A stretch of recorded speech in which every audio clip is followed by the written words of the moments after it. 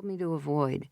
Of course, she told it to me when I was something like 17, when there wasn't much to do with the information. This town is funny. It's only bars and antique shops. Yes, and churches. Bars and antique shops and churches. But I like this place. I really do. I like when bars are one big room and the bar of the bar is right in the middle. A square inside a square, and everybody can see everybody else. Like theater in the round. You know, when the audience is seated on all sides of the performer. I like how generic it is, too. The outside probably looks no different than when it was first built. I always liked that chipped blue-gray paint on the brick and the gold script stenciled on the window. Plus, who doesn't like fake wood paneling?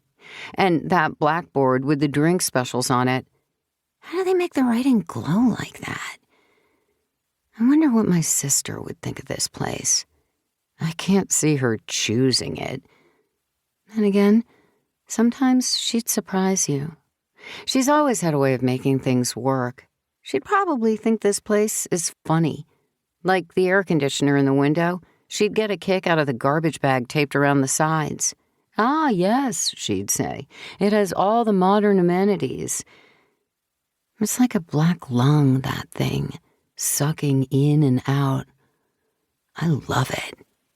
There's the world outside, bright and warm. Summer just beginning to open its arms to everyone. And we're all here, inside this dark, sealed chamber. There's something about a bar that you can't see into from the outside and that you can't see out of either. It's the way it should be, I think. We've got our own business to attend to. There was a second as I was walking through the door, then that hallway before you make the turn into this room, when I wasn't quite inside, but wasn't quite outside either. It reminded me of this time in the city. I don't know, something like 10 years ago. It's funny, it's only an hour and a half away, but it might as well be a day and night's drive. It's not just the difference in landscape, but there's something of a lack of culture here, and industry, and ambition. Like I said, I grew up here. I can say that. Either way, I think we can agree there are some differences, for good and ill. I'm not going to get all the way into it. Okay, I have always found the name funny. The tiniest tributary breaks away from a river and loops back, making an island no bigger than a couple football fields. The town builds a park on it, the town's main park, the only thing close to a destination this town has, which I understand, I get it, it's a good use of the space. But then they put island in the town's name. Island, in the name of a town in the middle of a prairie. And then the city. That must have been more than the usual dose of wishful thinking, even when the town was new and optimistic, and the trains still stopped here. I get it. Once I met a very short man who shared a name with the tallest tree on the planet.